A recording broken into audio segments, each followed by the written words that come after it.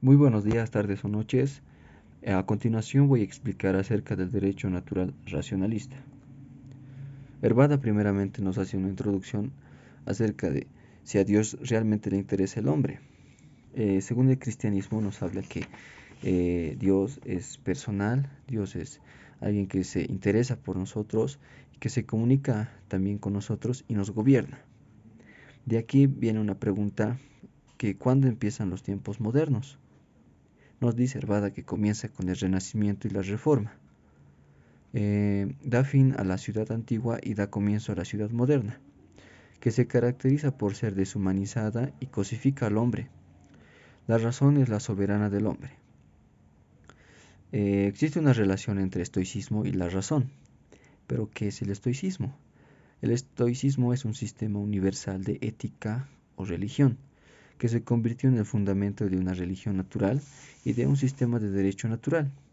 En breves palabras se puede decir que la naturaleza sustituye a Dios. Hervada va a citar a varios autores, los cuales nos van a explicar acerca del racionalismo, acerca de la razón, comenzando con Graneris, quien nos dice que el racionalismo es rechazar a todo hecho sobrenatural.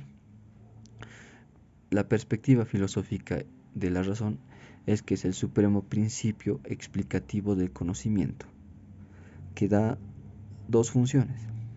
La primera es la función del lumbre o noseológica, y la primera es la función constitutiva u ontológica. Bueno, la función del lumbre es la fuente de conocimiento, mientras que la función constitutiva es la fuente de existencia. Galileo y Pufendorf tenían una similar opinión. Nos dice Galileo que la razón lee por sí misma la naturaleza escrita en lenguaje matemático. Y también hay una matemática de la política, así como una matemática del derecho. Pufendorf nos dice que la moral y las matemáticas poseen un grado igual de certeza científica. Vamos a pasar al siguiente autor, que es Grocio. Grocio tenía una virtualidad objetiva, nos dice Hervada, además de que expone un derecho divorciado de la revelación divina y de la voluntad de Dios. Grocio era conocido por ser un erudito, tenía bastantes citas poéticas, bastantes citas de filósofos e historiadores clásicos. Además de que él mismo decía que sus escritos eran tan inmutables que ni el mismo Dios podía cambiarlos. Esto lo dijo en su libro Derecho de la Guerra y de la Paz. Continuando, vamos a hablar acerca del justnaturalismo y del naturalismo racionalista. En el justnaturalismo es un concepto más teológico que erudito. Esto lo podemos ver ya que en el justnaturalismo clásico Dios no es un frío postulado de la razón ni un simple fenómeno de cultura, sino un Dios personal que da el ser y la forma a todo lo jurídico mediante el supremo principio vital de la ley eterna, que vienen siendo los 10 mandamientos, así como nuestra directiva de nuestras acciones y mociones. Es lo contrario al naturalismo racionalista, que es más erudito que teológico. Nos dice que Dios es considerado solamente razón. Continuando, vamos a hacer una pregunta muy importante. ¿Qué siente todo buen racionalista? Dice que siente la firme convicción de componer el código perfecto, definitivo y eterno, válido para toda la humanidad. Esto Hervada opina que es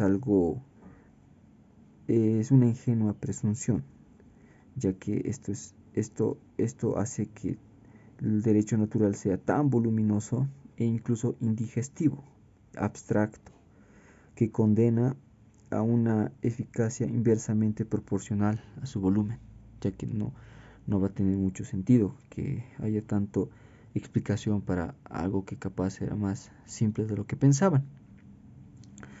Los principales códigos grandes son los europeos, el prusiano en 1794, el francés napoleónico en 1804. Vamos a hablar acerca de Christian Tomasiu y acerca de su opinión del positivismo jurídico. Él viene a caracterizar al derecho por tres notas: la coacción, la exterioridad y alteridad. En la coacción nos dice que solamente es usada cuando hay falta del derecho, es decir, cuando está escrito, cuando se lo ha publicado, pero ni así se lo aplica en la realidad. Entonces ahí viene la coacción mediante la función policíaca, pero no tiene que ser meramente ello o muy represora. La exterioridad. Antes de la exterioridad viene la interioridad de todos, pensar antes de hacer. Y finalmente la alteridad, que es pensar en el otro. Hervada nos primeramente termina con dos autores muy conocidos, Hobbes y Rousseau. Hobbes nos habla acerca del nacimiento del Estado y del pactismo, que esto tiene su nacimiento gracias al estado de naturaleza del hombre. Nos dice que el hombre está en un estado salvaje y era malo, que velaba por su propio interés personal, haciendo guerra, pero que los hombres pactaron entre sí y se agruparon, formando una sociedad, sometiéndose a una autoridad encargada de protegerlos. Y de tal suerte, Hobbes explicaba cómo los hombres, siendo naturalmente malos, se mueven por ese egoísmo y consiguen una estructura social buena que beneficia a todos. Rousseau nos habla acerca de que el hombre por naturaleza es bueno y que los ciudadanos solo tienen que aceptar una condición: someterse a la decisión de la mayoría. Es por eso que los hombres libremente constituyen la sociedad y dan a sus autoridades correspondientes el poder público, pero este no tiene que ser abusivo y tampoco tiene que ser muy coactivo, ya que esto es la causa de todos los vicios de la sociedad. Tiene que ser una asociación que defienda, proteja la fuerza común. Así también que cuando todos decidan por una mayoría, estarán obedeciéndose a sí mismos y permanezcan libres. Para terminar esta parte, vamos a hablar del resurgimiento actual del derecho natural. Existen estos tres autores citados por Hervada, los cuales nos van a explicar acerca de cómo hay una necesidad del derecho natural en nuestra actualidad. El primero es Battiful, que nos dice que el derecho positivo depende del natural. Esto porque el derecho positivo no puede pasarse sin principios directivos, es decir, que el derecho natural dirige al positivo, según Battiful. Continuando, Serrano Belafañe nos dice que existe una exigencia ética y lógica por parte del derecho natural hacia el derecho positivo. El derecho natural consiste en la inserción de la voluntad moral en el ordenamiento jurídico. Es un puente de unión entre lo moral y lo político.